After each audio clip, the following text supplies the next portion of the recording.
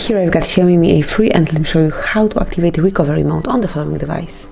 So at first you have to switch off your phone, simply tap on power key and select power off, wait a couple of seconds until it's shut down, and once it is, click on power key and volume up key, hold them all together until you see the Android logo.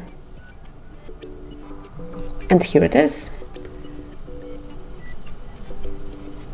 And once you see the Android robot, click on power key and tap twice on volume up key.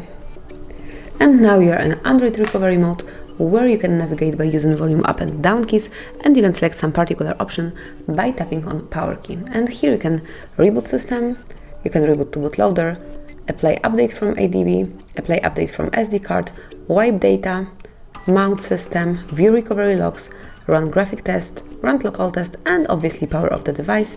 Then if you'd like to switch off your phone and go back to the normal mode, simply click on reboot system now and tap on power key to select it.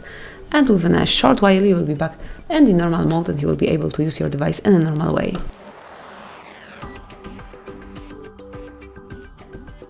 And that's it. As you can see, we are back in the normal mode. Thank you for watching. Please subscribe our channel and leave the thumbs up.